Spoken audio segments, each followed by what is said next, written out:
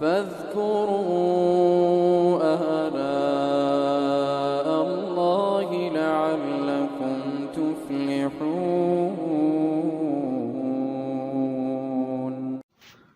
بسم اللہ الرحمن الرحیم۔ محترم ناظرین و سامعین کرام، آپ سن رہے ہیں پروگرام نیکی کی بات مفتی ناصر علی کے ساتھ 5 منٹ کے مدرسے میں خوش آمدید۔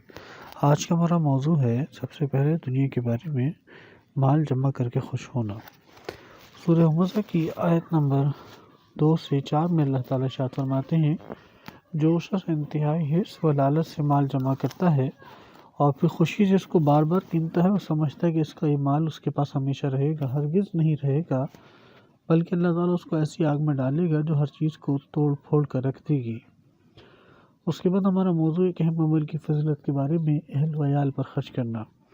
طبرانی اوسط میں ہے کہ نبی علیہ السلام نے فرمایا، آدمی جو کچھ اپنے اوپر، اپنی اولاد، اپنی بیوی اور رشتہ دار محرم پر خرچ کرتا ہے تو اس کو صدقہ کرنے کا ثواب ملے گا۔ اس کے بعد ہمارا موضوع ایک گناہ کے بارے میں آگاہی کا، کفر نافرمانی کی سزا۔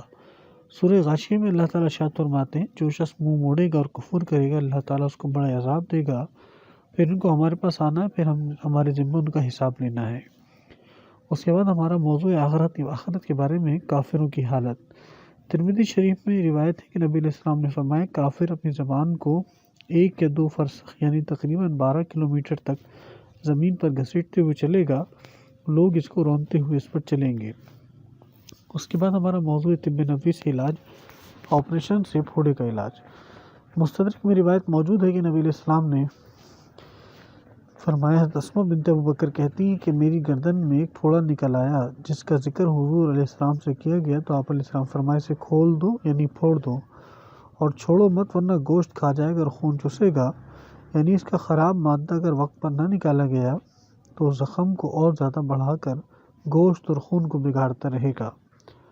اس کے بعد ہمارا موضوع نبی علیہ السلام کی نصیحت کے بارے میں۔ ابن ماجہ میں روایت ہے کہ تم میں سے ہر ایک دائیں ہاتھ سے کھائے اور دائیں ہاتھ سے پیے، اور دائیں ہاتھ سے ہی کوئی چیز لے اور دائیں ہاتھ سے ہی دوسرے کو کوئی چیز دے، کیونکہ شیطان بائیں ہاتھ سے کھاتا ہے، بائیں ہاتھ سے ہی لیتا ہے۔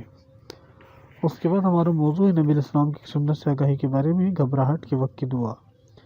نبی کریم صلی اللہ علیہ وسلم گھبراہٹ کے وقت کی دعا سکھاتے تھے، اعوذ بکلمات اللہ التامات من غضبہ و شر عبادہ ومن ہمزات الشیاطین ویحضرون۔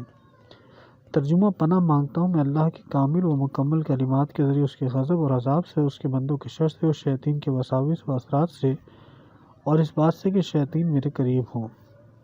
اس کے بعد ہمارا موضوع ایک فرض کے بارے میں، قضا نمازوں کی ادائیگی۔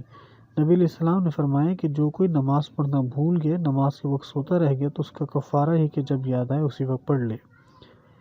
یعنی اگر کسی شخص کی نماز کسی عذر کی وجہ سے چھوٹ جائے، سونے کی حالت میں نماز کا وہ گزر جائے، تو بعد میں اس کو پڑھنا فرض ہے، بشرطیہ کہ اس وقت نماز کا وقت ہو۔ اس کے بعد ہمارا موضوع نبی علیہ السلام کے معجزے سے آگاہی کے بارے میں، کندھے کا اچھا ہونا۔